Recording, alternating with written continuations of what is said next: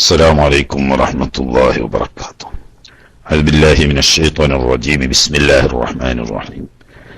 الحمد لله رب العالمين، الصلاة والسلام على سيدنا محمد وعلى آله وصحبه أجمعين، أما بعد. اللهم اغفر لنا وارحمنا ولوالدينا ولمشايخنا ولأساتذتنا ولتلامذتنا ولشركائنا ولمصنف هذا الكتاب ولشواريه ولحواشيه ولجميع علماء الدين. اللهم انفعنا بهم وبعلومهم وأسرارهم وبركاتهم في الدارين. اللهم اغفر للمؤمنين والمؤمنات والمسلمين والمسلمات الأحياء منهم والأموات.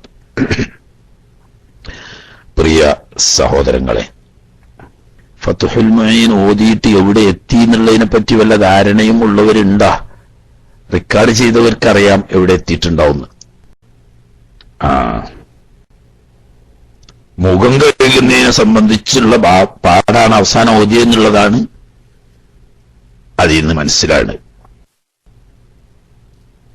വുദൂഇന്റെ ഫർളുകൾ പറഞ്ഞു വന്ന് നിയ്യത്തും മുഖം കഴുകലും പറഞ്ഞു. ഇനി കൈ രണ്ടും മുട്ടുൾപ്പെടെ കഴുകുന്നതിനെ സംബന്ധിച്ച് അവർക്ക് കൂടുതൽ വിശദീകരിക്കേണ്ട ആവശ്യമില്ല, ഒക്കെ എല്ലാവർക്കും കിട്ടുന്നതിന്. എന്നാലും ഒന്ന് ഓതിപ്പോണല്ലോ വർക്കത്തിന് വേണ്ടി. ബിസ്മില്ലാഹിർ റഹ്മാനിർ റഹീം വബിഹി നസ്തഈൻ. വസാലിസുഹാ, വുദൂഇന്റെ ഫർളുകളിൽ നിന്നും മൂന്നാമത്തെ ഫർള് വസ്ലു യദൈഹി, രണ്ട് കൈകൾ കഴുകലാണ്. മിൻ കഫൈഹി വദിറാഹി, കൈ എന്ന് പറഞ്ഞാൽ അതൊരു പ്രത്യേക ശൈലിയാ. കൈ എന്ന വാക്ക് മുങ്കയ്യനും കൈ എന്ന് പറയും, മുട്ടുവരെയുള്ളതിനും കൈ എന്ന് പറയും, അതുപോലെ തന്നെ തോള് വരെയുള്ളതിനും കൈ എന്ന് പറയും. അപ്പൊ ഈ കൈ കഴുകുക എന്ന് പറഞ്ഞാൽ കൈ എവിടെ? അതിന്റെ ഒരു ബയാനായിട്ട് രണ്ട് മുങ്കയ്യും രണ്ട് മുഴങ്കയ്യും, അതാണ്. മറ്റേ കള്ളന്റെ മസല പറഞ്ഞോടത്ത പോകത്തല്ല പറഞ്ഞ വക്തവും ഐതിഹ്യവുമാണല്ലോ, കൈ മുറിക്കണം. അപ്പൊ ഈ കൈ എന്ന് പറഞ്ഞതിന് അവിടെ നബി സല്ലല്ലാഹു അലൈഹി വസല്ലം തങ്ങൾ ബയാൻ ചെയ്തത് മുങ്കൈ എന്ന. എന്നാൽ ഇവിടെ കൈ എന്ന് പറയുമ്പോ മുങ്കൈ മാത്രമല്ല, മുങ്കയും രണ്ട് മുഴങ്കയും. ബി കുല്ലി മിർഫഖിൻ, രണ്ട് മുഴുവൻ മുട്ട് എന്ന് പറഞ്ഞാൽ രണ്ട് കയ്യിന്റെയും മുട്ട് ഉൾപ്പെടെ. മാന്റെ അർത്ഥത്തിന് ബാ. ലിൽ ആയത്തി, അല്ലാഹു സുബ്ഹാനഹു വ തആല ഖുർആനിൽ പറഞ്ഞത് അങ്ങനെയാണ്. ആ ആയത്തിന്റെ അടിസ്ഥാനത്തിലാണ് മുട്ട് ഉൾപ്പെടെ കൈ കഴുകണം എന്ന് പറഞ്ഞത്.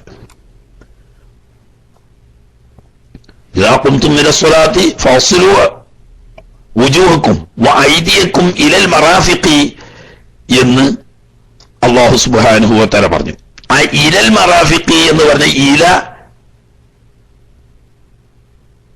വായത്തിനാണ്. അത് വായത്ത് ദാഖിലാണോ ഖാരിജാണോ എന്ന് പൊതുവെ ഒരു ചർച്ച വരാറുണ്ട്. പക്ഷേ റസൂലുള്ളാഹി സ്വല്ലല്ലാഹു അലൈഹി വസല്ലം തങ്ങൾ ചെയ്ത് കാണിച്ചുകൊണ്ട് ഈ വായത്ത് ദാഖിലാണ്, അഥവാ ഇല മുട്ട് വരെ എന്ന് പറഞ്ഞാൽ മുട്ട് ഉൾപ്പെടെയാണ് അതുകൊണ്ട് ഉദ്ദേശിച്ചത് എന്ന് ഹബീബ് റസൂലുള്ളാഹി സ്വല്ലല്ലാഹു അലൈഹി വസല്ലം തങ്ങൾ ബയാൻ ചെയ്തിട്ടുണ്ട്. ഇനി വയജിബു വസ്ലു ജമീഇ മാ ഫീ മഹല്ലിൽ ഫർളി, ഈ കൈ കഴുകുമ്പോൾ ഫർളാക്കപ്പെട്ട സ്ഥലത്തുള്ള എല്ലാം കഴുകണം. അഥവാ മുങ്കൈ തൊട്ടിട്ട് മുഴങ്കൈ ഉൾപ്പെടെ മുട്ട് വരെയുള്ള, അതായത് മുട്ട് ഉൾപ്പെടെയുള്ള സ്ഥലങ്ങളിലുള്ള എല്ലാം കഴുകണം. എല്ലാം എന്ന് പറഞ്ഞാൽ എന്താണ്? മിൻ ഷാഇരിൻ, മുടിയാലും, വവസ്രിൻ, നഖത്താലും ഒക്കെ. ഇനി വേറെ എന്തെങ്കിലും ഉണ്ടെങ്കിൽ അതും, കാരണം അവിടുന്ന് വല്ല മുഴയെ പോലത്തിൽ എന്തെങ്കിലും ഉണ്ടായിട്ട് വലുതായി തൂങ്ങി നിൽക്കുന്നുണ്ടെങ്കിൽ അതുൾപ്പെടെ വേണം. വഇൻ ത്വാല, ഈ നഖം വല്ലാതെ നീണ്ടിട്ടുണ്ട്, അല്ലെങ്കിൽ കയ്യിലുള്ള മുടി വല്ലാതെ നീണ്ടിട്ടുണ്ട്, എന്നാലും ആ നഖവും മുടിയും ഉൾപ്പെടെ.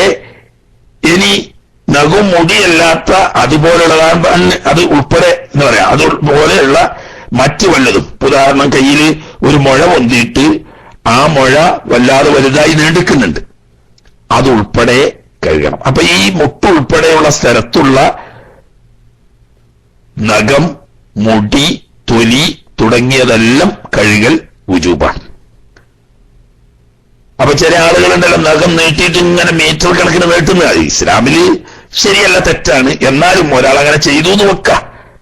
എന്നാൽ അതിപ്പോ മുൻകൈയിന്റെ അതിർത്തിയൊക്കെ വിട്ടിട്ട് കുറേ അങ്ങോട്ട് നീണ്ടു കിടക്കുന്നുണ്ട്. എന്നാലും ഈ കഴുകൽ വുജൂബാണ് എന്ന് പറയുന്ന പരിധിയിൽ അത് പെടും. അപ്പൊ നേരത്തെ നമ്മൾ മുൻകൈ കഴുകണം എന്ന് പറഞ്ഞല്ലോ, ആ കഴുകലിൽ ശരിക്കും മുൻകൈയൊക്കെ പൂർണ്ണമായി കഴുകിയിട്ടുണ്ട്. എന്നാൽ മുഖം നിയ്യത്തോടുകൂടി മുഖം കഴുകിയതിനു ശേഷം പിന്നീട് കൈ കഴുകുമ്പോൾ രണ്ടാമത് വീണ്ടും മുൻകൈ കഴുകൽ വുജൂബുണ്ടോ? തീർച്ചയായിട്ടും ഉണ്ട്. ആദ്യം പറഞ്ഞത് ഇത് മുഖദ്ദിമ എന്ന നിലക്ക് സുന്നത്തായ കഴുകലാണ്. അതുകൊണ്ട് ഫർള് വിടുന്നില്ല. ഫർള് വിടണമെങ്കിൽ നേരത്തെ മുൻകൈ കഴുകിയിട്ടുണ്ട് എന്നത് പരിഗണിക്കുന്നില്ല. മുട്ടുൾപ്പെടെ രണ്ട് കൈ കഴുകുന്ന സമയത്ത് നഖം ഉൾപ്പെടെയുള്ള മുൻകൈ മുതൽ മുട്ട് ഉൾപ്പെടെയുള്ള സ്ഥലം മുഴുവനായി കഴുകുക തന്നെ വേണം. നേരത്തെ കഴുകൽ ഫർളായ കഴുകുന്നത് പരിഗണിക്കപ്പെടുന്നില്ല. ഇനി ഫർള്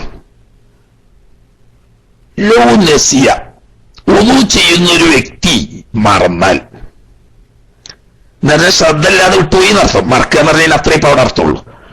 ലുംഅതൻ, ഒരു ചെറിയ ഒരു ലുംഅത്ത് എന്ന് പറഞ്ഞാൽ സാധനം ബാക്കി ദിവസമൊക്കെ നനയുമ്പോ ഒരു ചെറിയ പോയിന്റ് നനയാതെ അവിടെ ഒരു പ്രത്യേകം തിളങ്ങി നിൽക്കുമല്ലോ, അതുകൊണ്ടാണ് അവിടെ ലുംഅത്ത് എന്ന് പറഞ്ഞത്. എന്നാൽ ഒരു പോയിന്റ് സ്ഥലം, ഒരു ചെറിയൊരു പോയിന്റ് സ്ഥലം എന്തായിപ്പോയി? മറന്നുപോയി എന്ന് പറഞ്ഞാൽ കഴുകുന്നതിൽ ശ്രദ്ധ വിട്ടുപോയി. ഒന്നാം വട്ടം കഴുകിയപ്പോ അല്പസ്ഥലം കൈയിന്റെ മുട്ടിലോ അല്ലെങ്കിൽ മുട്ടുൾപ്പെടെയുള്ള സ്ഥലങ്ങളിൽപ്പെട്ട ഏതെങ്കിലും സ്ഥലത്തോ അല്പസ്ഥലം മറന്ന് അഥവാ ശ്രദ്ധയിൽപ്പെടാതെ നനയാതെ പോയി. ഫൻറസലത്ത്, എന്നിട്ട് ആ ലുംഅത്ത്, ആ അല്പസ്ഥലം കഴുകൽ സിദ്ധിച്ചു. ഇതല്ല മനഃപൂർവ്വമല്ല. എവിടെ കഴുകൽ സിദ്ധിച്ചു? ഫീ തസ്ലീസിൻ, രണ്ടാം വട്ടം കഴുകൽ സുന്നത്തുണ്ടല്ലോ, മൂന്നാം വട്ടം കഴുകലും സുന്നത്തുണ്ട്. അങ്ങനെ രണ്ടാമത്തെയോ മൂന്നാമത്തെയോ പ്രാവശ്യം ചെയ്യുന്ന സുന്നത്താവുന്ന തസ്ലീസ്, അതാപ്പോ തസ്ലീസ് എന്ന് പറയാൻ കാരണം സുന്നത്താണല്ലോ ഇപ്പൊ രണ്ടും മൂന്നും. അങ്ങനെ സുന്നത്തായ നിലക്ക് രണ്ടാം പ്രാവശ്യമോ മൂന്നാമത്തെ പ്രാവശ്യമോ കഴുകുന്ന സമയത്ത് ഒന്നാമത്തെ പ്രാവശ്യം കഴുകൽ ഫർളാണല്ലോ. ഈ ഫർളായി കഴുകുന്ന സമയത്ത് മറന്നുപോയ അല്ലെങ്കിൽ ശ്രദ്ധയിൽപ്പെടാതെ പോയ ആ ചെറിയ ഭാഗം കഴുകൽ സിദ്ധിച്ചു എന്ന് പറഞ്ഞാൽ മനഃപൂർവ്വം കഴുകയല്ല, മറ്റേ സുന്നത്തെടുത്തപ്പോ അത് നനഞ്ഞ് കിട്ടി, അങ്ങനെ ആയി കിട്ടി. അതല്ലെങ്കിൽ നേരത്തെ വുളു എടുത്തു എന്ന കാര്യം മറന്നുകൊണ്ട് രണ്ടാമത് വുളു ചെയ്തു. അപ്പൊ യാദത്ത് വേറുണ്ട്. യാദത്ത് എന്ന് പറഞ്ഞാൽ ഒരു വുളു ചെയ്ത് ഫർളോ സുന്നത്തോ ആയ ഒരു നിസ്കാരം നിർവഹിച്ചു കഴിഞ്ഞാൽ രണ്ടാമത് ഒരു ഫർളോ സുന്നത്തോ ആയ നിസ്കാരം നിർവഹിക്കാൻ ഉദ്ദേശിക്കുമ്പോൾ വുളു ചെയ്യൽ സുന്നത്തുണ്ട്. അത് യാദത്ത് എന്ന് പറയും. അതല്ല ഇത്. അതില് നനഞ്ഞാൽ പരിഹരിക്കപ്പെടുകയില്ല. മറിച്ച് ഇതെങ്ങനെയെന്ന് വെച്ചാൽ ലിനിസിയാനില്ലഹു, നേരത്തെ വുളു ചെയ്തു എന്ന കാര്യം ഓർമ്മയില്ല. വുളു ചെയ്താൽ എങ്ങനെ ശോധന വിട്ടുപോയി, ഇപ്പൊ വുളു ഇല്ലായിരുന്നു ഓർമ്മ. ആ ധാരണയിൽ രണ്ടാമത് വുളു ചെയ്തുവൻ. ആ സമയത്ത് നേരത്തെ വുളു ചെയ്തപ്പോൾ നനയാതെ പോയ ആ പോയിന്റ് നനഞ്ഞുകൂട്ടി. അത് ലാ തജ്ദീദിന് അവിടെ ലാ കൊണ്ട് അത്ഫ് ചെയ്തിട്ട് ഒരു ഇസ്തിദ്റാക്ക് ചെയ്യാം. സാധാരണഗതിയിൽ തജ്ദീദ് ചെയ്യുന്ന വുളു, തജ്ദീദിന്റെ വുളു പറഞ്ഞേക്ക് ഒരു ഫർളോ സുന്നത്തോ ആയ ഒരു നിസ്കാരം നിസ്കരിച്ചു കഴിഞ്ഞാൽ രണ്ടാമത് ഒരു നിസ്കാരത്തിന് വേണ്ടി വുളു ചെയ്യൽ, ഇആദത്ത് ചെയ്യൽ തജ്ദീദിന്റെ വുളു എന്ന് പറയുന്ന സുന്നത്തുണ്ട്. അങ്ങനെ തജ്ദീദ് എന്ന ഉദ്ദേശത്തോടു കൂടി വുളു ചെയ്യുമ്പോൾ നേരത്തെ കഴുകൽ യഥാർത്ഥ വുളു ചെയ്ത സമയത്ത് അറിയാതെ വിട്ടുപോയ സ്ഥലം നനഞ്ഞാലും അതുകൊണ്ട് വുളു ആവൂല. അതുപോലെ തന്നെ ഇഹ്തിയാത്തിന് വേണ്ടിയുള്ള വുളു എന്ന് പറഞ്ഞാൽ വുളു എടുത്തുനിന്ന് ഒരു ധാരണ ഉണ്ട്. വുളു എടുത്തുനിന്ന് ഒരു ധാരണ ഉണ്ട്. വുളു മുറിഞ്ഞെന്നുള്ള ഒരു അറിയില്ല. എന്നാലും ഒരു സംശയം, ആ സംശയത്തോടു കൂടി നിസ്കരിക്കാൻ സഹിയാവും നമ്മൾ വേറെ പറഞ്ഞത്. എന്നാൽ ഈ സംശയത്തോടു കൂടി ഇനി വേണ്ട, ഉറപ്പായിക്കോട്ടെ എന്നുള്ളതൊക്കെ ഒന്നുകൂടി അവിടെ കൊടുത്തു. പക്ഷേ അവിടെ രണ്ട് വഴിയുണ്ട്. നേരത്തെ വുളു ഉണ്ടോ ഇല്ലേ എന്ന് ശക്ക് വന്നാൽ അവിടെ ഉറപ്പ് കിട്ടാൻ നല്ല ഉദു ഒന്ന് മുറിഞ്ഞു എന്ന് ഉറപ്പ് വരുത്തുക. അതിനിപ്പോ പെരുത്ത് പണിയൊന്നുമില്ലല്ലോ. ഉദു മുറിഞ്ഞു എന്നാണ് ഉറപ്പ് വരുത്തുക. എന്നിട്ട് ഉദു കൊടുക്കലാണ് നല്ലത്. ശക്കുണ്ടാവുകളി ഇനി അങ്ങനൊന്നും ചെയ്യാതെ നേരത്തെ ഉദു കൊടുത്തു എന്നുള്ളത് തന്നെയാണ് ധാരണ എങ്കിലും ഒരു ശക്ക് നിലനിൽക്കുന്നതുകൊണ്ട് സൂക്ഷ്മതയ്ക്ക് വേണ്ടിയിട്ട് ഒന്നുകൂടി എടുത്തു. അങ്ങനെ സൂക്ഷ്മതയ്ക്ക് വേണ്ടിയിട്ട് എടുക്കുന്നതോ അല്ലെങ്കിൽ ഫർളോ സുന്നത്തോ നമസ്കാരം നിസ്കരിച്ചതിന് ശേഷം തജ്ദീദ് എന്ന നിലക്ക് രണ്ടാമത് എടുക്കുന്നതോ ആയ വുദൂയിൽ നേരത്തെ യഥാർത്ഥ വുദൂയിൽ വിട്ടുപോയ ഭാഗം നനഞ്ഞാൽ പോരാ. മറിച്ച് നേരത്തെ വുദൂ എടുത്തു എന്ന കാര്യം പറ്റേ മറന്നുപോയി യഥാർത്ഥ വുദൂ എന്ന ധാരണയിൽ എടുക്കുന്ന യാദത്തിന്റെ വുദൂഓ അതല്ലെങ്കിൽ സുന്നത്താക്കപ്പെട്ട രണ്ടാമത്തെയോ മൂന്നാമത്തെയോ പ്രാവശ്യത്തെ കഴുകലിലോ നേരത്തെ വിട്ടുപോയ സ്ഥലം നനഞ്ഞു കിട്ടിയാൽ അജ്സഅഹു ഒന്നിച്ച അത് മതി. ഇത് ഈ നനയൽ ഈ ഇൻഗിസാലി കൊണ്ടിട്ട് ആ വുദൂവിന് മതിയാവും. അപ്പൊ ഇടയ്ക്ക് വിട്ടുപോയത് പരിഗണിക്കപ്പെടും. അതായത് ഒന്നാമത്തെ കഴുകലാണല്ലോ ഫർള്. ആ ഫർളിന്റെ സമയത്ത് അല്പസ്ഥലം അറിയാതെ വിട്ടുപോയി. അത് സുന്നത്തായ രണ്ടാമത്തെ പ്രാവശ്യം കഴുകുമ്പം അത് നനഞ്ഞാൽ ഓക്കെയാണ്. പക്ഷെ പ്രശ്നമുണ്ട്, ഈ രണ്ടാമത്തെ പ്രാവശ്യം സുന്നത്തായിട്ട് പരിഗണിക്കപ്പെടില്ല. അത് പ്രത്യേകം മനസ്സിലാക്കണം. രണ്ടാമത്തെ പ്രാവശ്യം ആദ്യത്തെ ഫർളായ പ്രാവശ്യത്തിൽ അല്പഭാഗം നനയാതെ വിട്ടുപോയ ഭാഗം രണ്ടാമത്തെ പ്രാവശ്യമോ അല്ലെങ്കിൽ മൂന്നാമത്തെ പ്രാവശ്യമോ കഴുകിയ സമയത്ത് അത് നനഞ്ഞാൽ ഇപ്പൊ എന്തേ ആവുള്ളൂ? ഫർളായ ഒരു മറത്തേ കൂട്ടുള്ളൂ. അപ്പൊ അതിനൊരു ധാരണ ഉണ്ടാവില്ലല്ലോ. ധാരണ ഉണ്ടാവില്ല, എന്നാലും ആ തസ്രീന്റെ സുന്നത്ത് പോവും. രണ്ടാമത്തെ വട്ടത്തിലാണ് നനഞ്ഞതെങ്കിൽ മൂന്നാമത്തെ വട്ടത്തിൽ അപ്പൊ ഒരു വട്ടം സുന്നത്തെടുത്ത കൂലിയിട്ടു. അത് പ്രത്യേകം മനസ്സിലാക്കണം. അല്ലാതെ രണ്ടാം വട്ടത്തിലോ മൂന്നാം വട്ടത്തിലോ നനഞ്ഞാൽ ആ നനയൽ കൊണ്ടിട്ട് സംഗതി അത് മതിയെങ്കിലും ഏത് വട്ടത്തിലാണോ എന്ന് വെച്ചാൽ അതുവരെ ഉള്ളത് ആ ഫർള് നനയലോട് കൂടി ഫർളായ ഒരു മറത്തായിട്ട് കൂട്ടും. പിന്നെ ബാക്കി തസ്രീസ് ചെയ്തെങ്കിലേ തസ്രീസ് സുന്നത്തിട്ടുള്ളൂ.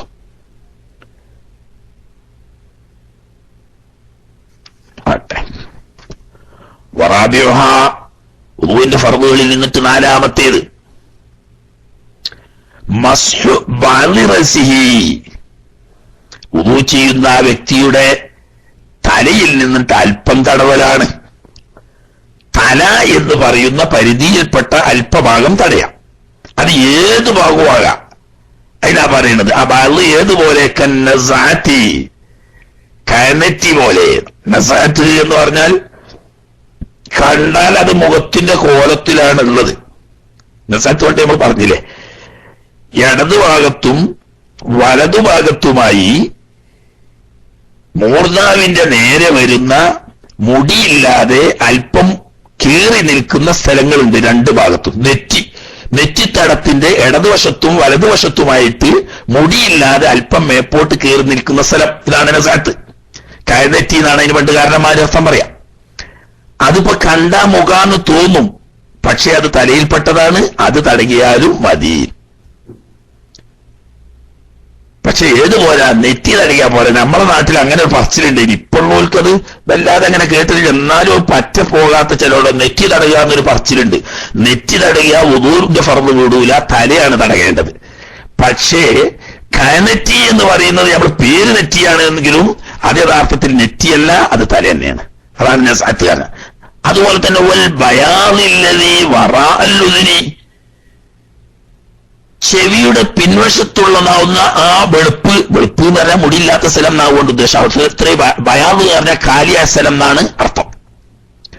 മുടിയില്ലാത്ത, മുടി മുളക്കുന്ന അതിർത്തിക്ക് ശേഷം ചെവിയുടെ മുമ്പായിട്ട് അതിലുണ്ടല്ലോ ഒരു ഇടവഴി. ഇപ്പൊ നാട്ടിൽ ഇടവഴിയൊക്കെ പോയ കാലം, എന്നാലും തലയിൽ ഇടവഴി അവിടെ ബാക്കിയുണ്ട്. അപ്പോ ചെവിയുടെ പിൻവശത്തായിട്ട് മുടി മുളക്കാതെ തലമുടിയുടെ അതിർത്തിയുടെ തൊട്ട് താഴെയായി ചെവിയുടെ ഇടയിലുള്ള ആ കാലിയായ സ്ഥലം, അതും തലയിൽപ്പെട്ടതാണ്. ചെവി തലയിൽപ്പെട്ടതാണോ അല്ലേ എന്നുള്ള മദ്ഹബുകൾ തമ്മിൽ തർക്കമുണ്ട്. ഷാഫി മദ്ഹബ് അത് സ്വന്തം അവയവമായിട്ട് പരിഗണിക്കുകയും തല തടകുന്നതിൽ ചെവിയെ പരിഗണിക്കാതെ ചെവി സ്വന്തം സുന്നത്തായ ഒരു അവയവമായി എണ്ണുകയും ചെയ്തിട്ടുണ്ട്. അതുകൊണ്ട് നമുക്ക് ആ ഭാഗത്ത് പിടിച്ചാൽ മതി. അപ്പോ പക്ഷെ ഈ മുടി മുളക്കാത്ത ഈ കാലി സ്ഥലം ചെവിന്റെ ബേക്കുള്ള സ്ഥലം തല തന്നെയാണ്. അപ്പൊ കയനെറ്റി കണ്ടാൽ മുഖമാണെന്ന് തോന്നും.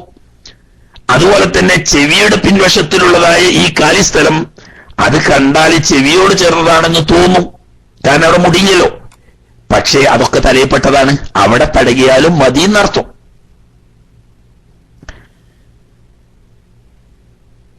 മസ്ഹു ബഅദി റസിഹി, തലയിൽ നിന്നിട്ട് ബഅദ് തടയുക എന്ന് പറഞ്ഞാൽ അതിന്റെ ബയാനായിട്ട്, അതായത് ബശറത്തിന്റെ തൊലി അല്ലെങ്കിൽ ഷയറ് മുടി, ഈ രണ്ടാലൊന്ന് തടയുക എന്നർത്ഥം. ഈ ബഅദ് മുടിയാവാം, അതുപോലെ തന്നെ തൊലിയാവാം. പക്ഷേ മുടിയാവുന്നോടത്ത് ഫീ ഹദ്ദിഹി എന്ന് പ്രത്യേകം പറയണം. തൊലിന്റെ പിന്നെ അതിന്റെ ആവശ്യമില്ല. തൊലി സാധാരണ തലയുടെ തൊലി തലയിൽ തന്നെയല്ലേ സാധാരണഗതിയിൽ ഉണ്ടാവൂ. പക്ഷെ അവിടെ ഉണ്ടൊരു പ്രശ്നം കേട്ടോ. തലയിൽ വലിയൊരു മുഴ ഉണ്ടായി. ആ മുഴ ഇങ്ങനെ നീണ്ട് കീപ്പോട്ടിറങ്ങി അത് ചുമലിലോളം താഴ്ന്നു കിടന്നു. എന്നാൽ തലയുടെ അതിർത്തിയിൽ നിന്നിട്ടും ചുമലിലേക്ക് തട്ടി നിൽക്കുന്ന ആ ഭാഗം തടഞ്ഞാൽ മതിയോ പോരെയോ എന്ന് തർക്കമുണ്ട് അയ്മത്തിനടി. മനസ്സിലായില്ലേ? എന്നാൽ അതും മതി എന്ന അഭിപ്രായം പറഞ്ഞിട്ടുണ്ട് അയ്മത്ത്. മനസ്സിലായില്ലേ? തലയുടെ അതിർത്തിയിൽ നിന്നിട്ട് പുറത്തുപോയി പറഞ്ഞേക്ക് വലിയ മുഴ കീപ്പോട്ട് തൂങ്ങി വന്ന് അത് ചുമലിൽ ഇങ്ങനെ തട്ടുന്നുണ്ട്. തലയുടെ അതിർത്തിന്റെ പുറത്തു വന്ന് ചുമലിൽ തട്ടുന്ന ഈ ഭാഗം തടയാലോ, അത് തടയാലും മതി എന്നാണ് നിഹായ, അത് മതിയാവുന്ന.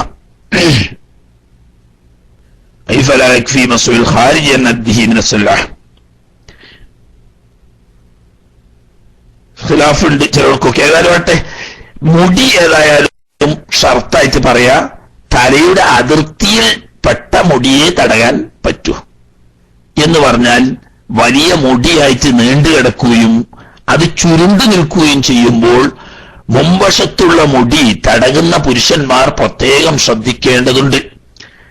ഈ മുടി തടയപ്പം തലയുടെ അതിർത്തിയിൽ തന്നെയാണ് ആ തടകിയത്.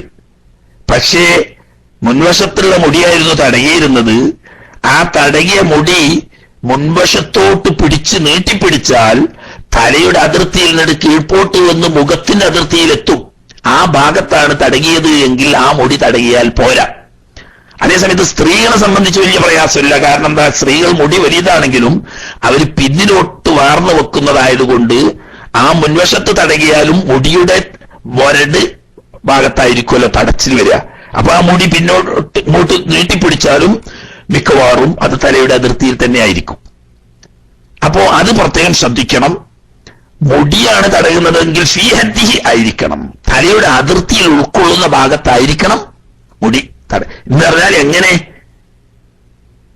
തലയുടെ അതിർത്തിയിൽപ്പെട്ടെന്ന് പറഞ്ഞാൽ ഇപ്പൊ തടയുന്ന സമയത്ത് അതിന്റെ അതിർത്തിയിൽപ്പെട്ടാ പോരാ, നീട്ടി ഏത് ഭാഗത്തേക്കാ? മുടി 4 ഭാഗത്തേക്കാ എന്ന് പറഞ്ഞാൽ മുൻവശത്തേക്കുള്ള മുടിയുണ്ട്, പിൻവശത്തേക്കുള്ള മുടിയുണ്ട്, ഇടതുവശത്തോട്ടും വലതുവശത്തോട്ടുള്ള മുടിയുണ്ട്. ഈ മുടി പ്രകൃതിപരമായി ഏത് ഭാഗത്തേക്കാണുള്ളതെന്ന് വെച്ചാൽ ആ ഭാഗത്തേക്ക് നീട്ടിപ്പിടിച്ചാൽ ഈ തടകിയ ഭാഗം തലയുടെ അതിർത്തിയിൽപ്പെട്ടിരിക്കണം, എങ്കിലേ മുടി തടയാൻ പറ്റുള്ളൂ. തൊലി പിന്നെ സാധാരണഗതിയിൽ തലയുടെ അതിർത്തിയിൽ തന്നെ ആയതുകൊണ്ട് തൊലി തടയുക എന്ന് പറഞ്ഞാൽ മതി. ഇനി വലോ ഭാവസാരത്തി വാഹിദ, ഒരു മുടിയുടെ അല്പമാണെങ്കിലും ശരി ആ തടയല് കൊണ്ട് എന്താകും? ഫർള് വീടും എന്നാണ് നമ്മളെ ശാഫി മദ്ഹബ്.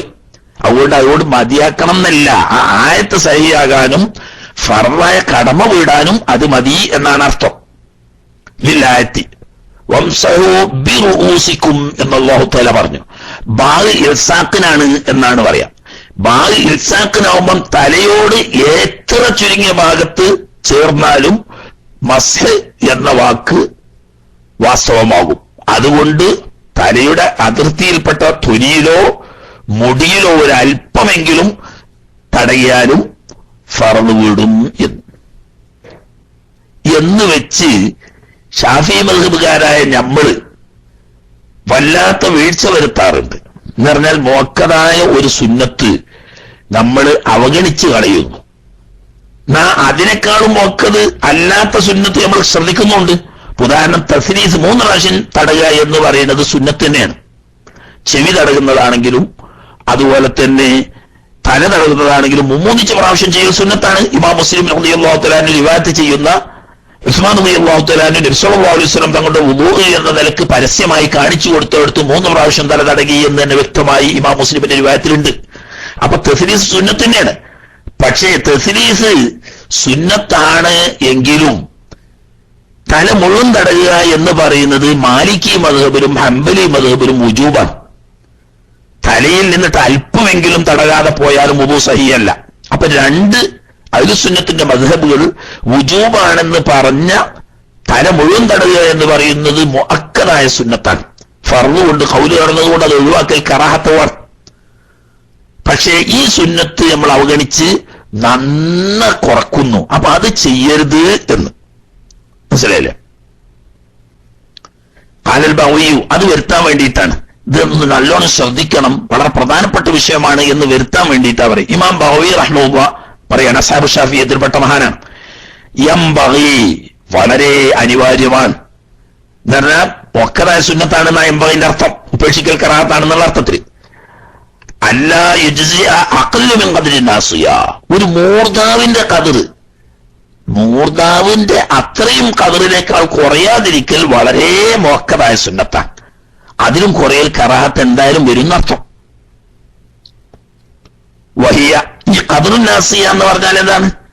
മാ ബൈന നസ്അത്തൈൻ, നേരത്തെ പറഞ്ഞ 2 കയനെറ്റിയുടെ ഇടയിലുള്ള സ്ഥലം, അതായത് തല മുടി നെറ്റി മുതൽ അങ്ങോട്ട് തലമുടി മുളക്കുന്ന സ്ഥലം മുതൽ മൂർദാവ് വരെയുള്ള ആ ഭാഗം, അത് ആണ് എങ്കിലും കുറയാതിരിക്കണം എന്നർത്ഥം.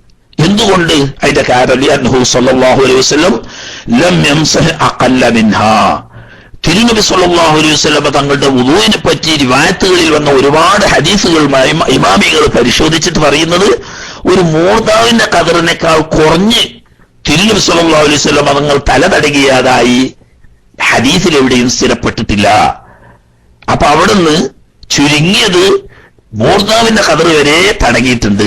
അതിന് മൂർദാവിന്റെ ഖദർ തടകി നിർത്തിയേക്കല്ല, അത് ഹദീസിൽ കാണാൻ തിരുനബി സ്വല്ലല്ലാഹു അലൈഹി വസല്ലം തങ്ങൾ തലപ്പാവ് ധരിച്ചുകൊണ്ട് വുദൂ ചെയ്തപ്പോൾ തലപ്പാവ് അല്പം പൊക്കിയിട്ട് മൂർദാവ് വരെ തടകിയതിനു ശേഷം ബാക്കി തലപ്പാവിന്റെ മുകളിൽ തടവി എന്നാണുള്ളത്. അപ്പോ ഇമാം അബൂ ഹനീഫ റളിയല്ലാഹു തആല അൻഹു ഒരു റിവായത്ത് തന്നെ അബീ ഹനീഫ റളിയല്ലാഹു തആല, ഇമാം അബൂ ഹനീഫ റളിയല്ലാഹു തആല അൻഹുവിനെ തൊട്ട് 2 റിവായത്തുണ്ട് തല തടവുന്നതിനെ പറ്റി. അതിൽപ്പെട്ട ഒരു റിവായത്ത് അനുസരിച്ച് തലയുടെ മൂർദാവിന്റെ ഖദർ തടയലാണ് വുജൂബ് എന്നാണ്. എന്നാൽ വൽ മശ്ഹൂർ അൻഹു, ഇമാം അബൂ ഹനീഫ റളിയല്ലാഹു തആല അൻഹുവിന്റെ മദ്ഹബിലെ പ്രസിദ്ധമായ ഖൗല് വുജൂബ് മസ്ഹിർ റുബൈ, 4 ഭാഗമെങ്കിലും തടയൽ വുജൂബാണ് എന്നാണ്. ഇപ്പൊ ഇത് പറയുമ്പോൾ നമ്മൾ തെറ്റിദ്ധരിക്കേണ്ട, ഷാഫി മദ്ഹബിൽ ഒരു മുടിയുടെ അല്പമെങ്കിലും, തലയുടെ അതിർത്തിയിൽപ്പെട്ട ഒരു മുടിയുടെ അല്പമെങ്കിലുമോ തലയിൽ നിന്നിട്ട് വളരെ അല്പമെങ്കിലുമോ തടഞ്ഞാലും ഫർദ് വീടും എന്ന അഭിപ്രായത്തിൽ എന്തോ സംശയമുണ്ടോന്ന്. അങ്ങനെയല്ല, അത് അങ്ങനെ തന്നെയാണ്. അതിൽ 2 അഭിപ്രായമില്ല ഷാഫി മദ്ഹബിൽ, ഖൗലൻ വാഹിദൻ അങ്ങനെ തന്നെയാണ്. പിന്നെ ഇപ്പറഞ്ഞത് എന്തിനാന്ന് ചോദിച്ചാൽ ഇമാമിങ്ങളുടെ ഖിലാഫ് പരിഗണിക്കുകയും മുഅക്കദായ ഒരു സുന്നത്താണെന്നുള്ള നിലക്ക് നമ്മളത് ശ്രദ്ധിക്കുകയും വേണം എന്ന് വരുത്താൻ വേണ്ടിയിട്ടാണ്. അതായത് 4 മദ്ഹബുകളിൽ ഹംബലി മദ്ഹബും മാലിക്കി മദ്ഹബും, ഹംബലി മദ്ഹബ് ചെവിയും തലയും മുഴുവൻ തടയണം, കാരണം ഒരു അവയവമാണ്, തലയിൽപ്പെട്ട ഒരു അവയവം പെട്ടത് തന്നെയാണ് ചെവി എന്നതുകൊണ്ട് തല തടയുക എന്ന് പറഞ്ഞാൽ തലയും ചെവിയും മൊത്തം തടയണം, എന്നാലേ വുദൂഇന്റെ ഫർദ് വീടുള്ളൂ എന്ന്. ചെവി മറ്റൊരു അവയവമായതുകൊണ്ട് ചെവി നിർബന്ധമില്ലെങ്കിലും തല മുഴുവനായി തടകൽ നിർബന്ധമാണെന്നാണ് ഇമാം മാലിക് റളിയല്ലാഹു തആല അൻഹു പറഞ്ഞത്.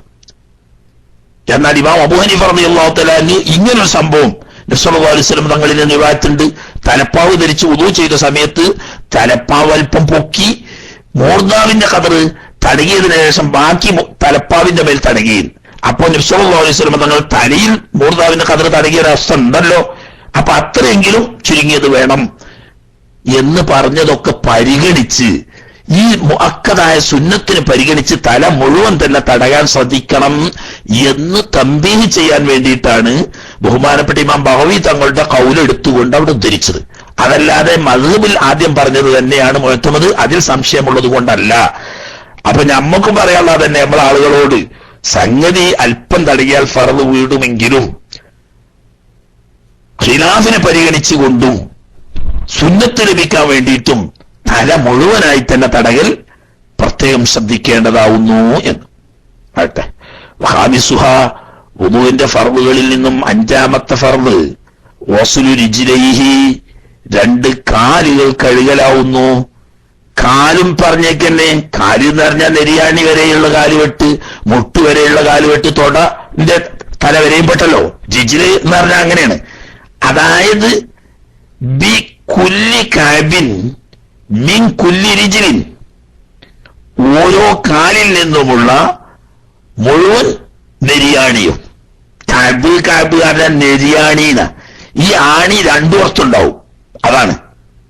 കുറെ ആണി എന്നല്ല, 4 ആണി ഉണ്ടല്ലോ. അതായത് ഈ കാല് മുഴങ്കാലിലേക്ക് പാദത്തെ ചേർക്കുന്ന ആ ജോയിന്റ് ഇടതുവശത്തും വലതുവശത്തുമായി ഉയർന്നു നിൽക്കുന്ന 2 എല്ലുകൾക്കാണ് ഈ ആണി എന്ന് പറയുന്നത്. അപ്പൊ ഒരു കാലുമ്പൽ 2 ആണി ഉണ്ടല്ലോ. അങ്ങനെ കൂട്ടുമ്പോൾ 2 കാലുമ്പൽ 4 ആണി ഉണ്ട്. ഈ ആണി ഉൾപ്പെടെ കഴുകണമെന്ന് ജില്ലാത്തി ആയത്തിൽ അങ്ങനെയാണ്. വസ്ലു വ അർജുലക്കും ഇലൽ കഅബൈൻ, അവിടെ ഇന്ന ഇല എന്ന് പറഞ്ഞ ഹദ് ആ ഓയത്ത് ദാഖിലാണ്, നെരിയാണി ഉൾപ്പെടെയാണ് എന്ന് നബി സല്ലല്ലാഹു അലൈഹി വസല്ലം തങ്ങളുടെ ബയാന. എന്നാൽ നെരിയാണി ഉൾപ്പെടെ കാല് കഴുകണം. അതല്ലെങ്കിൽ ഔ മസ്ഹു ഖുഫൈഹിമാ, 2 കാലിൽ ധരിച്ചതായ ഖുഫ തടകണം. എന്നാലും മതി. കാല് 2 നെരിയാണി ഉൾപ്പെടെ കഴുകാണ് വേണ്ടത്. ഇനി അല്ല കാലിൽ ഖുഫ ഉണ്ടെങ്കിലോ ആ ഖുഫ തടകണം ബിശുറൂത്തിഹി, ഖുഫ തടകാൻ നിർദ്ദേശിക്കപ്പെട്ട ഷർത്തുകളോട് കൂടി. ഖുഫ എന്ന് പറഞ്ഞാൽ എന്തെങ്കിലും തടകിയാ പോരാ, ഖുഫ തടകണം. അതായത് ഖുഫ എന്ന് പറയാൽ ബൂട്ട് എന്നാണ് അതിന്റെ അർത്ഥം പറയാ. പട്ടാളക്കാരാണ് സാധാരണ ധരിക്കുക, റോട്ടടിക്കാരും ധരിക്കാറുണ്ട്. അങ്ങനെ അതുപോലെ തന്നെ തണുപ്പ് മേഖലയിൽ സാധാരണ ആളുകൾ ധരിക്കാറുണ്ട് ബൂട്ട്. അതിന്റെ പ്രത്യേകത എന്താ വെച്ചാൽ ഷൂ പോലെ കാല് മറയുന്നതിന്റെ പുറമെ ഇങ്ങോട്ട് മേൽപോട്ട് കയറി നിൽക്കും. അങ്ങനെയുള്ള ബൂട്ട്, അതിനാണ് ഹുഫ എന്ന് പറയാ. ലോകത്താരും നമ്മൾ ഇന്ന് കാലിൽ ഷൂവിന്റെ ഉള്ളിൽ ധരിക്കുന്ന സോക്സിനെ സംബന്ധിച്ച് ഹുഫ എന്ന അറബിയിൽ ലോകത്താരും പറയാറില്ല. അതിന് ജൗറബ് എന്നോ മറ്റൊക്കെയാണ് പേര്. ഷുറാബ് എന്നും പറയാറുണ്ട്, ജൗറബ് എന്നും പറയാറുണ്ട്. ഇങ്ങനെയൊക്കെ പറയാ എന്നല്ലാതെ ഹുഫ എന്നതിന് പേരില്ല. ഹുഫ തടയണമെങ്കിൽ ബൂട്ട് ആയിരിക്കണം. എന്നാൽ ഹുഫ അല്ലാതെ ഈ കാലുറ തടകാൻ പറ്റുമോ എന്ന് ഫിഖ്ഹിൽ ഒരു ചർച്ച ഉണ്ട്. അത് വേറൊരു വിഷയമാണ്. ഹുഫ അല്ലാന്ന് ഉറപ്പ് തന്നെ. അതോടുകൂടി കാലുറ ധരിച്ചാൽ അത് തടകാൻ പറ്റുമോ? കാലുറ ധരിച്ചാൽ തടയാൻ പറ്റും എന്ന് തന്നെയാണ് അഹ്ലു സുന്നത്ത് വൽ ജമാഅത്തിന്റെ ഉലമാക്കന്മാരുടെ അഭിപ്രായം. പക്ഷെ അതിന് എന്ത് വേണം? ഈ ഹുഫ ബൂട്ട് പോലെ തന്റെ സ്വന്തം ആവശ്യങ്ങൾക്ക് പോയി വരാൻ പറ്റുന്ന നിലക്ക് ഉറപ്പുള്ളതും പുറമെ വെള്ളമൊറ്റിച്ചാൽ ഉള്ളിലേക്ക് നനവ് ചേരാത്തതുമായ നിബന്ധന ഒത്ത കാലുറയാണെങ്കിൽ അതിന്മേൽ തടകുന്നത് കൊണ്ട് കുഴപ്പമില്ല. ഇന്ന് ഷൂവിന്റെ ഉള്ളിൽ ഉപയോഗിക്കുന്ന തരത്തിലുള്ള സോക്സ് അത് സ്വന്തമായി നമ്മുടെ ആവശ്യങ്ങൾക്ക് പോക്കുവരവുകൾക്ക് ഉപയോഗിക്കാൻ മതിയാവാത്തതാണ്. വെള്ളം മുറ്റിച്ചാൽ അതിലൂടെ കാലിലേക്ക് നനവെത്തുന്നതുമാണ്. അതുകൊണ്ട് അഹ്ലുസുന്നത്തി വൽ ജമാഅത്തിന്റെ മദ്ഹബുകളിൽപ്പെട്ട 4 മദ്ഹബുകളിലും വെള്ളം അകത്ത് എത്തുന്ന തരത്തിലുള്ളതും ചെരിപ്പോ ഷൂവോ ഇടാതെ സ്വന്തം ധരിച്ച് നടക്കാൻ പറ്റാത്തതുമായ കാലുറകളുടെ മേൽ തടകിയാൽ വുദൂ സഹിയാവുകയില്ല. ആധുനിക വിവരം കെട്ട ജാഹിലീങ്ങളുടെ കടന്നുകയറ്റം കാരണം ഇന്ന് വ്യാപകമായി ജനങ്ങൾ സോക്സ് ധരിച്ച് അതിന്റെ മുകളിൽ തടവുന്നുണ്ട്. അത് ഇസ്ലാം ശരീഅത്തനുസരിച്ച് നിലവിലുള്ള അഹ്ലുസുന്നത്തി വൽ ജമാഅത്തിന്റെ 4 മദ്ഹബിലും സഹീഹ് അല്ല. അതിന്റെ ഇവിടെ പറയുന്നറിഞ്ഞ് അതിനെ പറ്റിയിട്ട് ഹുഫ പറയുന്നതിനെ പറ്റി ഫത്വയിൽ മീൻ പറയുന്നില്ല. നമ്മൾ ഇവിടെ തന്നെ മനസ്സിലാക്കണം. പണ്ട് നമ്മള് ഖുലാസ ഓതിയ സമയത്ത് അവിടെ അല്പം വിശദമായി പറഞ്ഞിരുന്നു. ഇവിടെ വളരെ ചുരുക്കി പറഞ്ഞേക്കുക. കാരണം നമ്മുടെ നാട്ടിൽ ഫതുഹുൽ മുഈനിന്റെ ഒരു സാഹചര്യം നമ്മൾ മനസ്സിലാക്കണം. ഫതുഹുൽ മുഈനിന്റെ സാഹചര്യം നമ്മുടെ മലബാരികളുടെ സാഹചര്യത്തിലായിരുന്നു. മലബാരികൾ സാധാരണഗതിയിൽ ഈ ഹുഫ ധരിക്കാറില്ല. കാരണം അവിടെ ബൂട്ട് ധരിക്കുന്ന ആളുകൾ സാധാരണഗതിയിൽ ഉണ്ടാവാറില്ല. അപ്പൊ പിന്നെ അതിനെപ്പറ്റി കൂടുതൽ വേണ്ടല്ലോ, വേണ്ടവർക്ക് നോക്കാൻ വലിയ കിതാബുകളിലൊക്കെ ഉണ്ട് താനും. അതുകൊണ്ടാണ് ബി ശുറൂത്തിഹി എന്ന് പറഞ്ഞത്. ഇന്ന് പക്ഷേ ലോകത്തെ ഏറ്റവും വലിയ സഞ്ചാരികളും വിദേശവാസം അനുഭവിക്കുന്നവരും കേരളീയരാണ്, മലബാരികളാണ് കൂടുതൽ. അവരിത് ആ ഒരു കുരങ്ങിന്റെ സ്വഭാവ മലബാരിക്ക് സ്വന്തം വിവരം ഉണ്ടെങ്കിലും ആളുകൾ എന്താ ചെയ്യുന്നത് അതുപോലെയാണ് നോക്കും. നമ്മൾ പഠിച്ചതിന് എതിരാണോ, അത് ഇൽമുൻ ആലിമീങ്ങൾ പറഞ്ഞതിന് എതിരാ, അതൊന്നും നോട്ടല്ല. എല്ലാരും ചെയ്യും പോലെയാണ് ചെയ്യുക. ആഖിർ സമാനിന്റെ ഫിത്നയിൽപ്പെട്ട മനുഷ്യനെ വഴികേടിലാക്കുന്ന വഹാബിയത്തിന്റെ കടന്നുകയറ്റത്തിന്റെ ഭാഗമാണ് ഷൂവിന്റെ ഉള്ളിൽ ധരിക്കുന്നതും സ്വന്തമായി ആവശ്യങ്ങൾക്ക് പോക്കുവരവുകൾക്ക് ധരിക്കാൻ മതിയാകാത്തതും വെള്ളം ഒറ്റിച്ചാൽ കാല് നനയുന്നതുമായ തരത്തിലുള്ള സോക്സിന്റെ മുകളിൽ തടങ്ങി വുദൂ പൂർത്തിയാക്കുന്ന ചില ആളുകളുണ്ട്. ആ വുദൂ 4 മദ്ഹബ് അനുസരിച്ചും സഹീഹല്ല, ബാത്തിലാണ്. അത്തരക്കാരെ തുടർന്ന് നിസ്കരിച്ചാൽ നിസ്കാരം സഹിയാവുകയില്ല. എന്നാൽ ഷർത്ത് എന്താ, അത് ചുരുക്കി പറയാ. ഹുഫ നിബന്ധനൊത്ത ഹുഫ തടയണമെങ്കിൽ തന്നെയുള്ള ഷർത്ത് ലബ്സുഹുമാ അലാ ത്വഹാറത്തിൻ കാമില. അതിന്റെ ഷർത്താ പറയുന്നത്. ഒന്ന്, വുദൂ ചെയ്തതിന് ശേഷം ധരിച്ചിരിക്കണം. ഇന്ന് സോക്സ് തടകുന്ന മുദീറന്മാരും അതുപോലെയുള്ള അത് കണ്ട് ചെയ്യുന്ന പാവപ്പെട്ട മലയാളികളും ഒക്കെ എന്താക്കുക വെച്ചാൽ രാവിലെ ജോലിക്ക് പോകുന്ന സമയത്ത് കക്കൂസിലൊക്കെ പോയി മലമൂത്ര വിസർജനം നടത്തി കുളിച്ച് വസ്ത്രം മാറ്റി പുറത്തിറങ്ങുന്ന സമയത്ത് കാലിൽ സോക്സ് ഇട്ട് അതിന്റെ മുകളിൽ ഷൂ ഇട്ടിട്ട് ഇങ്ങോട്ട് പോരുക. വുദൂ എടുത്തിട്ടൊന്നും അല്ല. എന്നിട്ടാണ് ഈ സാധു ജാഹില് വുദൂ എടുക്കാൻ വേണ്ടിയിട്ട് പോയി തല തടകി ചെവി തടകി കഴിഞ്ഞാൽ പിന്നെ മൂപ്പര് കാല് കഴുകുന്നതിന് പകരം ഈ സോക്സുമലൊന്ന് പൂച്ച മാന്തും പോലെ ഒന്ന് തോണ്ടിയിട്ട് ഇങ്ങോട്ട് പോരുക.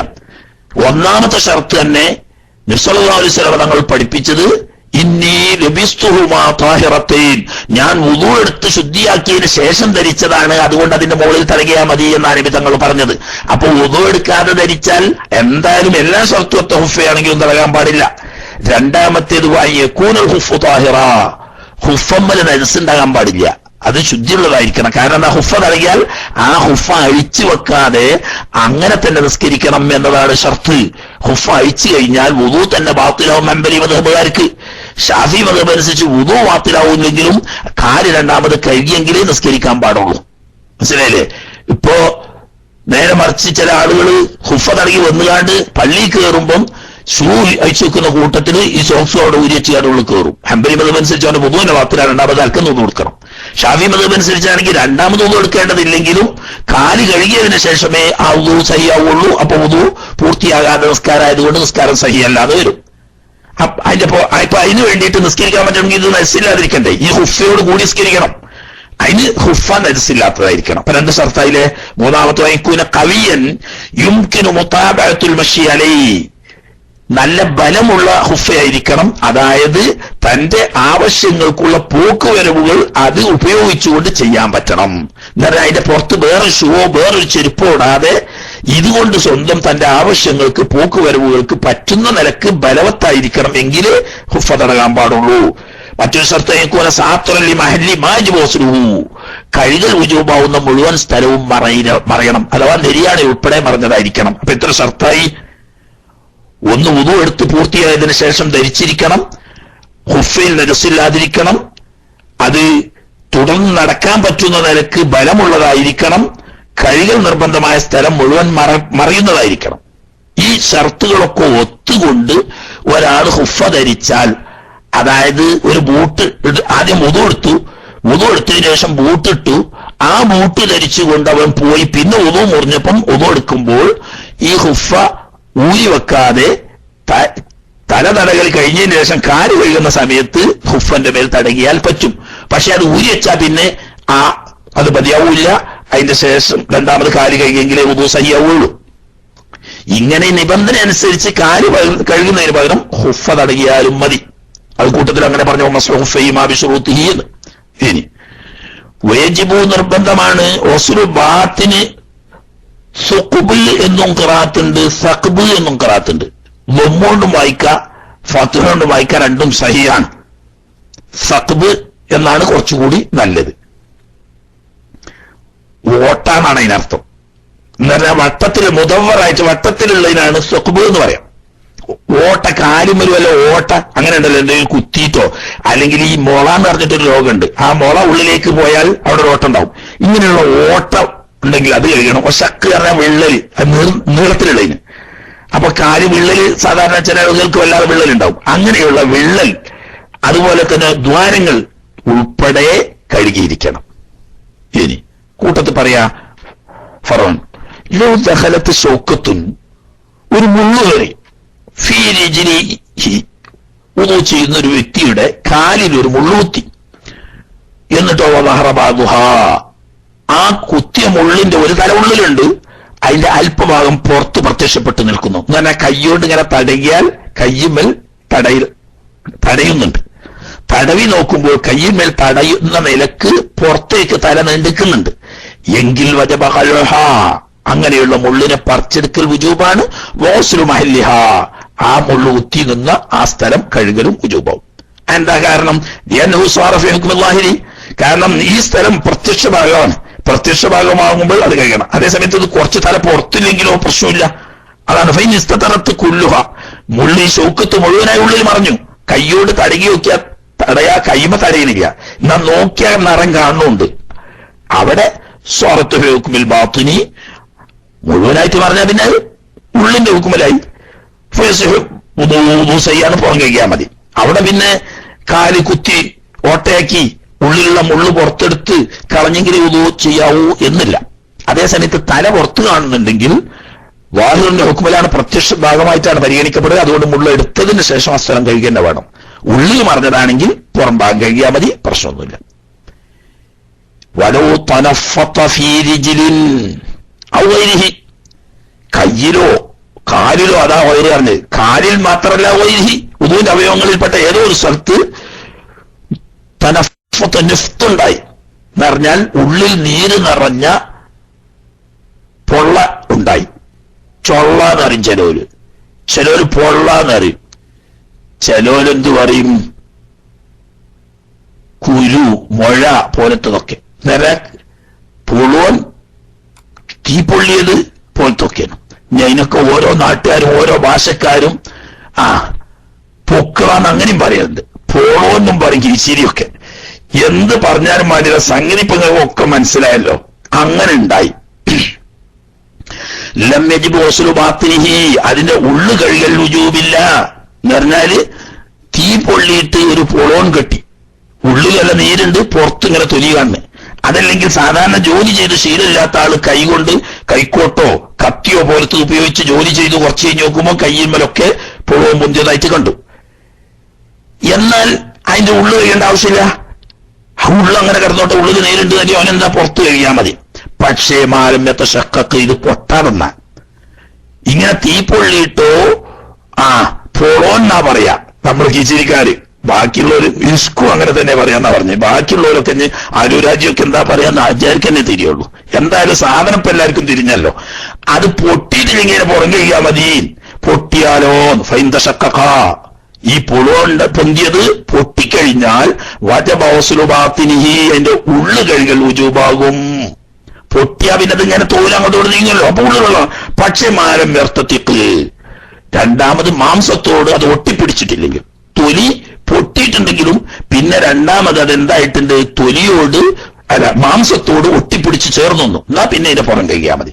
അങ്ങനെ ഒട്ടിപ്പിടിച്ച് തൊലിയോ മാംസത്തോട് ഒട്ടിപ്പിടിക്കാത്തടത്തോളം കാലം പൊട്ടിയിട്ടുണ്ടെങ്കിൽ ഈ പൊടുവന്റെ ഉള്ളു കഴുകൽ ഉജുബാവും. പൊട്ടിയിട്ടില്ലെങ്കിൽ കുഴപ്പമൊന്നുമില്ല. അല്ലെങ്കിൽ പൊട്ടിയാണ് എന്നാലും അത് മാംസത്തോട് ഒട്ടിച്ചേർന്നിട്ടുണ്ടെങ്കിൽ അപ്പോഴും ഉള്ളു കഴുകേണ്ടതില്ല.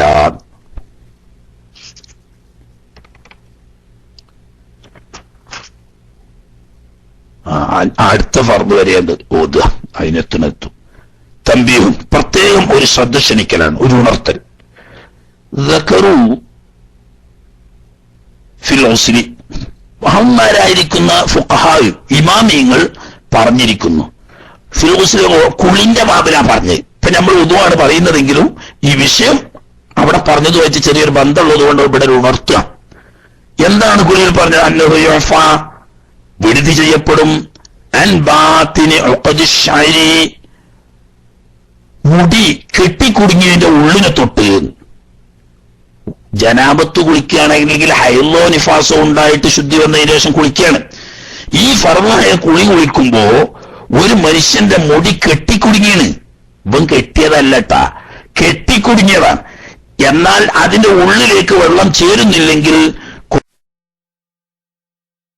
കുഴപ്പമില്ല, പുറം കഴിയാ മതി, ഉള്ളിനെ തൊട്ട് അഫു ചെയ്യപ്പെടും എന്ന് പറഞ്ഞിട്ടുണ്ട്. പക്ഷേ സ്വയം കെട്ടിക്കുടുങ്ങിയതാണെങ്കിൽ ദക്കറു എന്ന് പറഞ്ഞാൽ ഫുഖഹാ എന്ന്, അങ്ങനെ അതിന്റെ അർത്ഥം പറയാം.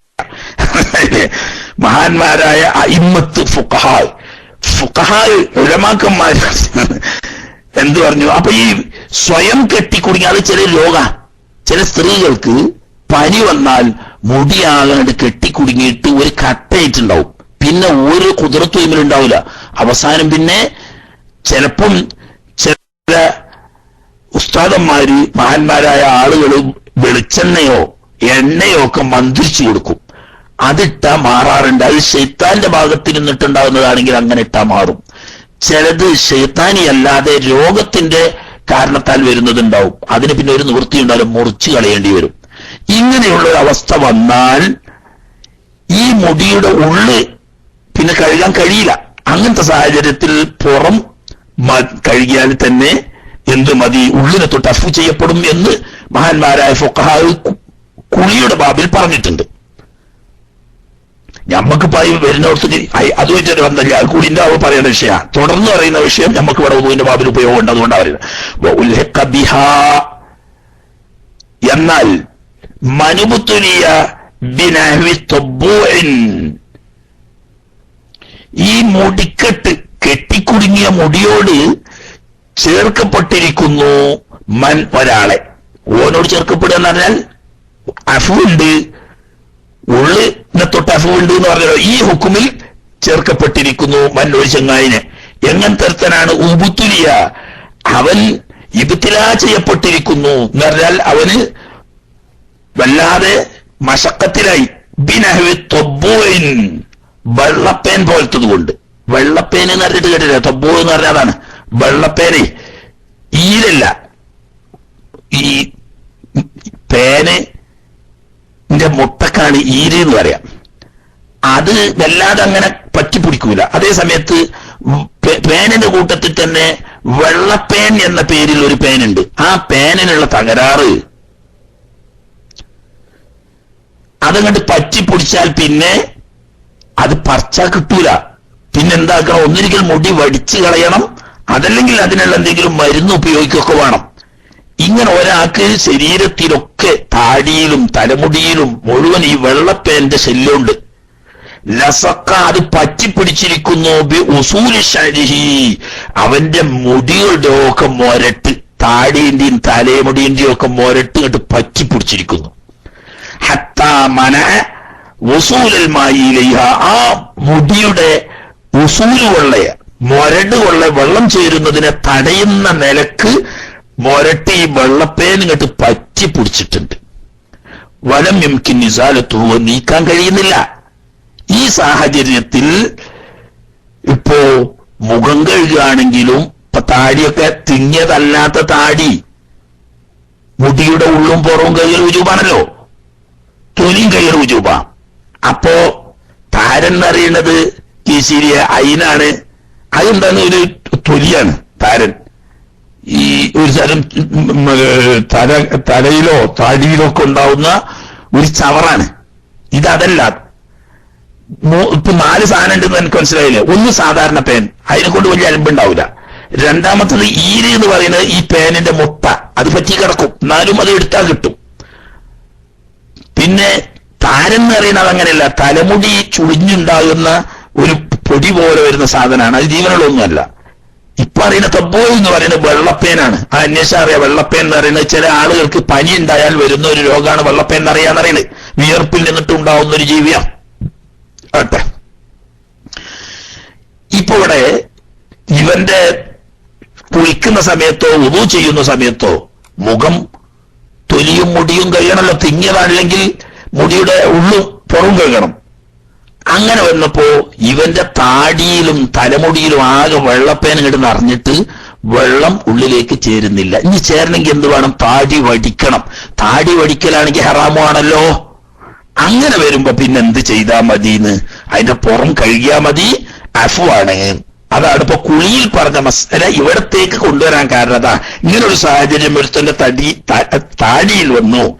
അങ്ങനെ മുഖത്തിന്റെ തൊലി പൂർണ്ണമായി നരക്കാൻ ഈ വെള്ളപ്പേൻ കാരണം സാധിക്കാത്തൊരു സാഹചര്യം വന്നാൽ അഫു ചെയ്യപ്പെടും എന്ന്.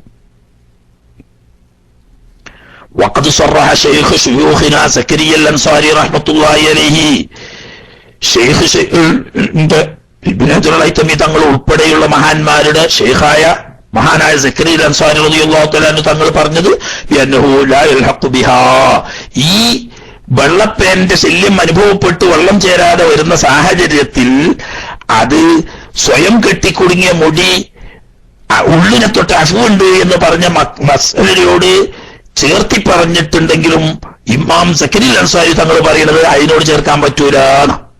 കെട്ടിക്കുടുങ്ങിയ മുടിനോട് വെള്ളപ്പേൻ പിടിച്ചതിന് ചേർക്കാൻ പറ്റൂല. പിന്നെന്ത് വേണം? ബൽ അലൈഹി തയമ്മുമു, തയമ്മം ചെയ്യാൻ വേണ്ടത് എന്നാണ് സക്കരിയ അൻസാരി തങ്ങൾ പറഞ്ഞത്. കാരണം നനക്കാൻ പറ്റുന്നില്ല, മുഴുവനായിട്ട് ഫർളായ സ്ഥലം നനക്കാൻ പറ്റുന്നില്ലെങ്കിൽ പിന്നെ അവിടെ തയമ്മം ചെയ്യാൻ വേണ്ടത് എന്നാണ് ബഹുമാനപ്പെട്ട സക്കരിയ അൻസാരി തങ്ങൾ പറഞ്ഞത്. മഹാനായ സക്കരിയ അൻസാരി തങ്ങൾ റഹ്മത്തുള്ളാഹി അലൈഹി അങ്ങനെ പറഞ്ഞെങ്കിലും ലാക്കിൻ കാലത്തിൽ മീദുഹു, പക്ഷെ അതല്ല മുഅ്തമദ് എന്ന് വരുത്താൻ വേണ്ടിയിട്ടാണ് ലാക്കിൻ ഇട്ടിട്ട് പറയുന്നത്.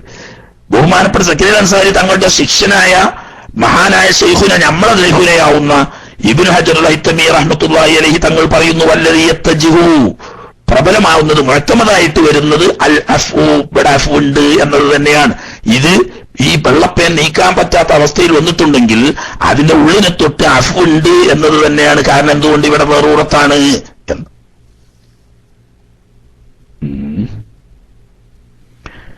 ആറാമത്തതാ ഇനി നാളോതല്ലേ, ഒന്നായി ചോദിച്ചിട്ട് മടുക്കാനും പാടില്ല. ഇത് കുറച്ചെങ്കിലും കിതാബ് ഓതിയ മൂല്യന്മാർക്ക് ഇതിപ്പോ ഒരു രസം കിട്ടുള്ളൂ.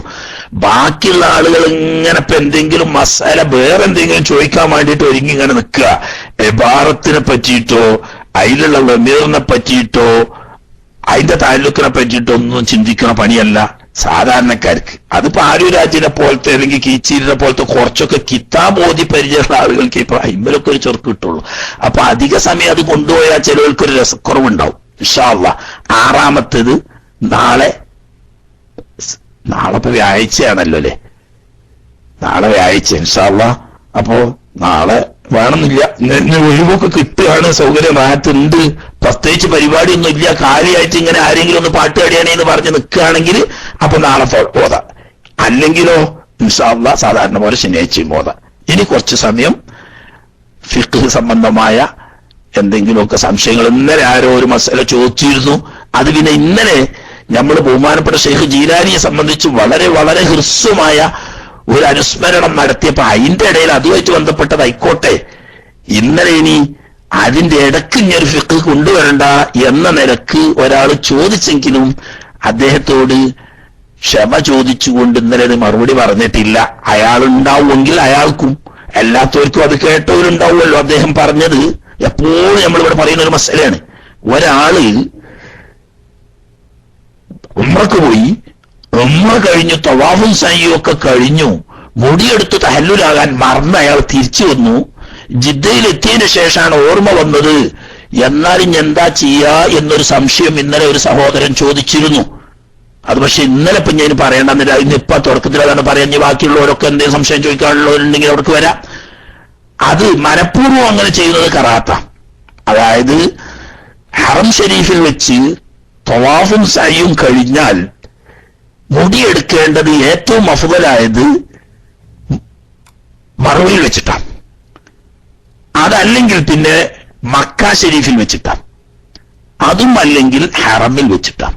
ഹറമിന്റെ പുറത്തേക്ക് കാരണം കൂടാതെ തഹല്ലുലാകാൻ വേണ്ടി മുടിയെടുക്കലിനെ പിന്തിക്കൽ കറാത്താണ്. അപ്പൊ ആ നിരക്ക് മനഃപൂർവ്വം ചെയ്യുകയാണെങ്കിൽ കറാത്താണ്. എന്നാലും അതുകൊണ്ട് പ്രത്യേകിച്ച് ഫിദിയൊന്നും വേണ്ടി വരൂല, സഹിയാകാതിരിക്കുകയുമില്ല. മറന്നുകൊണ്ടാണ് ചോദ്യകർത്താവ് പറഞ്ഞ, അങ്ങനെ മറന്നുകൊണ്ട് ജിദ്ദയിലെത്തി താമസ സ്ഥലത്ത് എത്തിയതിനു ശേഷമാണ് ഓർമ്മ വന്നത്. ഓർമ്മ വന്ന ഉടനെ അദ്ദേഹം മുടിയെടുക്കുകയും ചെയ്തു. എന്നാൽ അതിൽ കുഴപ്പമൊന്നുമില്ല, കറാഹത്ത് വരൂല. അതുപോലെ തന്നെ ഫിദിയ ഒന്നും വേണ്ടതാനും. മനഃപൂർവ്വമാണെങ്കിൽ കറാഹത്ത് വരും, എന്നാലും ഫിദിയ വേണ്ട. ഓക്കെ, അത് ഇന്നലെ ചോദിച്ച ചോദ്യമാണ്. അത് ഇന്നലെ പിന്നെ അതിന്റെ ഇടക്ക് പറയേണ്ടെന്ന് വെച്ച്. ഷെയ്ഖ് ജിലാനി തങ്ങളെ സംബന്ധിച്ചൊക്കെ പറയുകയാണെങ്കിൽ ഒരുപാട് പറയാനുണ്ട്. ഇൻഷാ അല്ലാഹ് അതിന് നമ്മളെ കാക്കൂട്ട ഉസ്താദിനെ പോലത്തെ ആ വിഷയത്തിലൊക്കെ സ്പെഷ്യലൈസ് ചെയ്ത ആളുകൾ ഉണ്ട് അതിനെപ്പറ്റിയൊക്കെ ആധികാരികമായി പറയാൻ. എന്നാലും ഓരോരുത്തര് അവനാന്റെതനുസരിച്ച് എന്തെങ്കിലുമൊക്കെ, എല്ലാവരും തേങ്ങ കൊടുക്കുമ്പോൾ നമ്മളൊരു ചെത്തെങ്കിലും ഉറക്കുക എന്ന് പറഞ്ഞാൽ ഒരു നമുക്ക് കിട്ടുന്ന എന്തെങ്കിലും രണ്ടെണ്ണം പറയൽ ബർക്കത്തിന് വേണ്ടിയിട്ട് വേണ്ടി പറഞ്ഞില്ല. ദീപസ്തംഭം മഹാശ്ചര്യം നമുക്കും കിട്ടണം സമ്മാനം എന്നതുപോലെ ആ മഹാന്മാരുടെ ബർക്കത്തും അവരുടെ ദുആവും ഒക്കെ കിട്ടാൻ വേണ്ടിയിട്ട് 2 വാക്ക് പറഞ്ഞു എന്ന് മാത്രമേ ഉള്ളൂ. ഇന്ന് ഇപ്പൊ ഫിഖ്ഹിന്റെ ദിവസമായതുകൊണ്ട് ബന്ധപ്പെട്ട കാര്യങ്ങൾ ചോദിക്കാം. അല്ലാഹു തആല അവന്റെ ദീനിൽ അവന്റെ വിധിവിലക്കുകൾ മനസ്സിലാക്കി അത് ജീവിതത്തിൽ പകർത്തി അള്ളാഹുവിന്റെ പൊരുത്തം നേടാൻ നമുക്കൊക്കെ തൗഫീഖ് ചെയ്യുമാറാകട്ടെ. ബിറഹ്മതിക യാ അർഹമർ റഹീമീൻ. ഇനി ചോദ്യകർത്താക്കൾക്ക് വേണ്ടി മൈക്ക് കൈമാറുന്നു.